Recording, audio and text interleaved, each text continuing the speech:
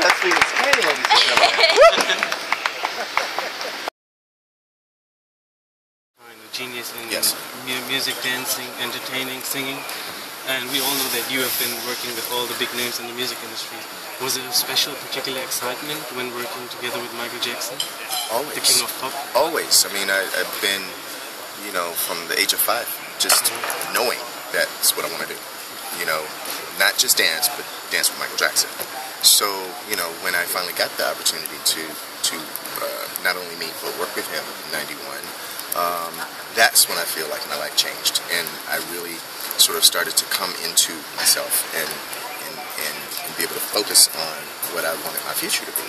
So, you know, I'm happy to say that I've been able to live my dream thanks to Michael, and it's just my honor to continue to try and, you know, make some of his dreams come true, like opening at the O2. As a talker, were you kind of a bit scared to give advice to the king of pop? Never. No, he welcomed it. If you were a wallflower, he didn't really, you know, he didn't really respond to that. Okay. He called it creative jousting. He enjoyed being challenged because he certainly was going to challenge you. Okay. You know, so it went both ways. He didn't always have to come up with the idea. He just wanted to get to the best idea. And so with that came a lot of responsibility and pressure, but also a lot of pride because, you know, if he says it's good, then you must be doing something right. Okay, and since you know him quite well and you're one who work now on this tour and show, how hard is it for you to push your ideas or sacrifice and contribute your ideas into the show, even if you're not happy with some ideas that were pushed into the show? Good question. You know, this is a collective effort. You know, it's a collaboration. Equal parts Michael Jackson, equal parts Cirque du Soleil. So there was a lot of learning to be done on both sides, you know, about the different approaches. So I think that what we've been able to do is really find an awesome middle ground, you know, because we have the best performance in the world, you know, and, you know, everybody was really up for the challenge. And, you know, I continue to learn a lot with, you know, working with the Cirque company. And, you know, we're going to start another experience in 2 days, like I mentioned. You know, so I'm looking forward to that one too, because now I feel like I know the company, how the company works, you know, and their sort of process better. And I think that it'll be an even more fun experience. Do you have any, last question, do you have any idea if there's anything bigger than working together with Michael and then putting his legacy into this show? I don't know. That'd be a hard question to answer. I mean, I just hope to be able to continue to inspire others like Michael has inspired me, and to be able to give opportunity to others as Michael has given to me. And, you know, I think if that can happen, I'll be very happy. You know, it's you know, we still miss him very much, very terribly, but I think that he'd be happy that we are continuing and, you know, keeping him front and center of this process. And, you know, I do appreciate the fact that his family has been supportive. His mother has been to the show, and she loves it. She said it's very nice, you know. So that was happy. I was happy to hear that. Children have been, you know, they love it. Brothers.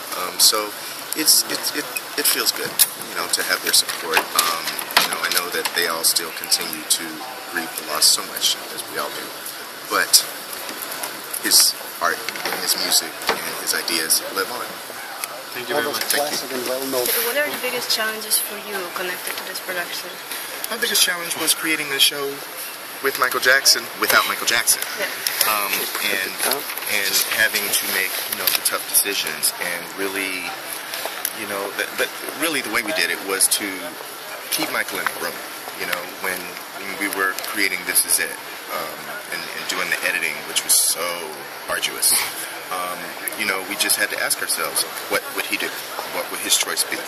What would he prefer here? So I did that.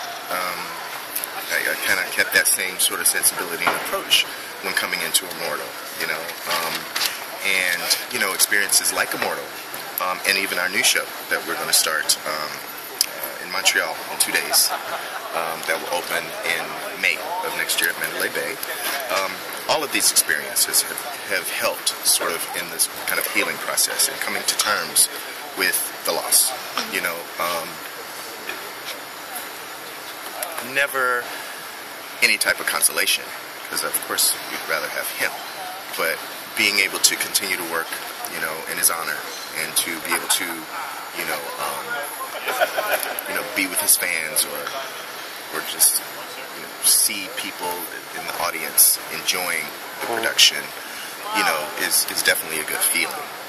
But I do believe that, you know, tonight will be special. I think, you know, when I approached the O2 yesterday, after not ever knowing if I'd be here or not, and finally seeing this venue, it became even realer, you know. So we're excited. We're definitely excited, and I hope you all will enjoy the show tonight.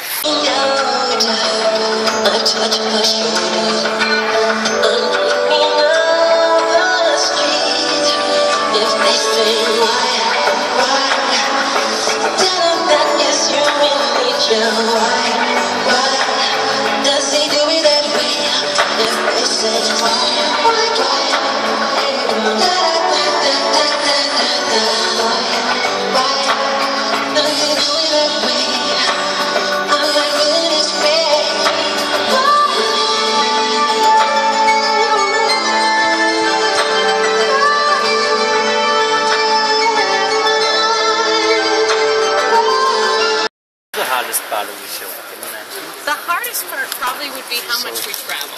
I have to say, the actual performance of the show is unbelievable. Again, we're energized by all of these people, but we are moving very quickly because the world wants to see this show. So I think the hardest part for the over 200 people here is how fast we move. I am really touched by many elements of the show. What I will say is seeing the iconic choreography that Michael Jackson used to perform himself, and knowing that our choreographers worked with Michael Jackson, when I see that on stage in Smooth Criminal, for example, is really, really wonderful. But I'm also very touched by the simpler moments when you hear I'll Be There, and you have Greg Fillinganes playing the piano, and he worked with Michael Jackson, and you see him playing that piano, and you see Michael Jackson singing the video. It is really, really touching. I'm really, really moved by the talent of this young man.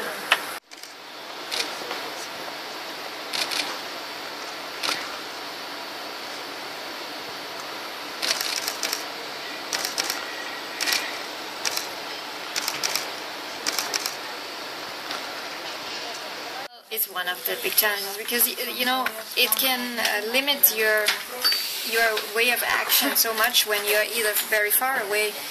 Our situation is not the same, you know. Sometimes we have the changing rooms very far away from wardrobe, and we are running like kilometers a day, and it takes time off because you're running, you know, and we don't have really much time. You can imagine sometimes we have a loading day, a show, and load out at the same time. So we have a few hours each day to maintain the costumes, and this is for this quantity that we have is quite something.